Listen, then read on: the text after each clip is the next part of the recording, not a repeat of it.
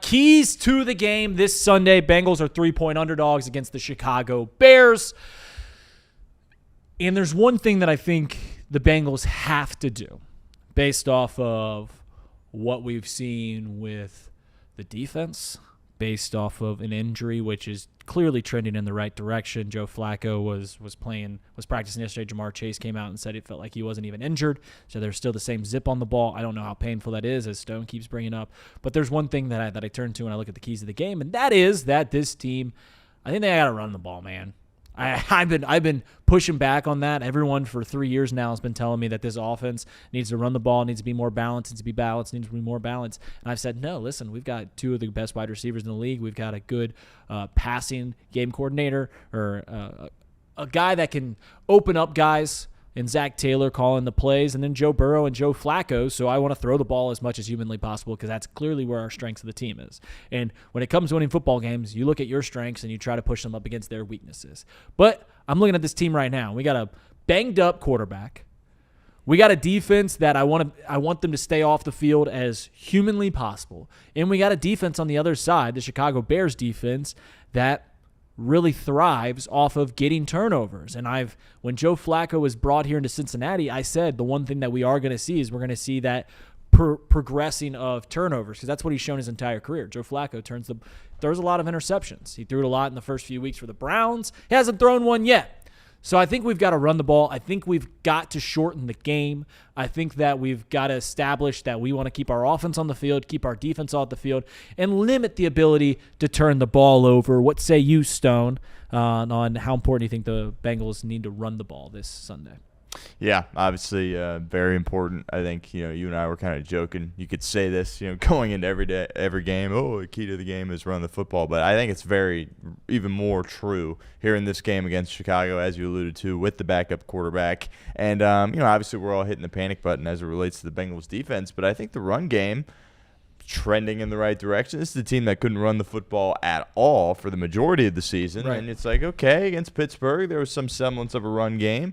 Jets, certainly some semblance of a run game there as well. Again, bad defenses there, Pittsburgh and New York. But, I think you got to find ways to get Chase Brown involved. And I really like the 50-50 split with him and Pirine going forward. You don't want it to be like that. I think if Joe Burrow was playing, it probably wouldn't be like that either. But based on the team that you have right now and who's playing quarterback, I think you need to call upon Samaje Perine a little bit more, and they've done that. As you kind of look at the numbers, it's basically a 50-50 split, maybe 55-45 when you're talking about Chase Brown and Samaje Perine. He just kind of adds a different element. Bengals have struggled with run blocking, obviously, and you got to break some tackles right there at the line of scrimmage. Perine, clearly a bigger back and has more of an ability to do that. But, yeah, running the football going to be huge in this game for Cincinnati. And I thought they did more of a creative job of running the football over the past couple of weeks. Usually, and when Browning was playing quarterback, it was, all right, we'll snap it and turn around, hand it off Chase Brown, or run up the middle and run into Ted Karras, and you maybe lose a yard. So I kind of liked what Zach was doing from a creativity perspective. Was it, what Shanahan's doing or McVay or any of those guys? No, but based on what Taylor had done in the past, I was intrigued by what we saw on the ground from Cincinnati past two games.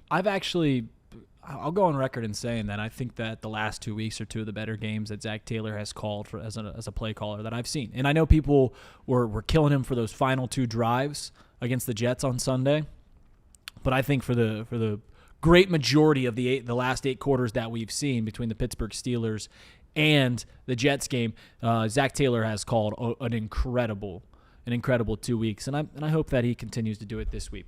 All right, another thing, and I've already mentioned this, is that this Bears defense isn't a great defense, but what they are doing well is creating turnovers at a high clip. So this is where, hey, not to be too basic here, but we've got to be able to win the turnover battle. That is where Jordan Battle has 3 turnovers this year. Every game that he's turned the ball over in, the Bengals have won. This defense is terrible. It's miserable. But if you're able to get our offense a few more possessions a game, if you're able to get us at least one more possession a game, it puts our offense in a decent opportunity, a decent chance to win this game. So we've got to hold on to the ball. We cannot turn it over to them, and we've got to be able to pull the ball away from Caleb Williams and Ben Johnson's offense. And the final key to the game that I will say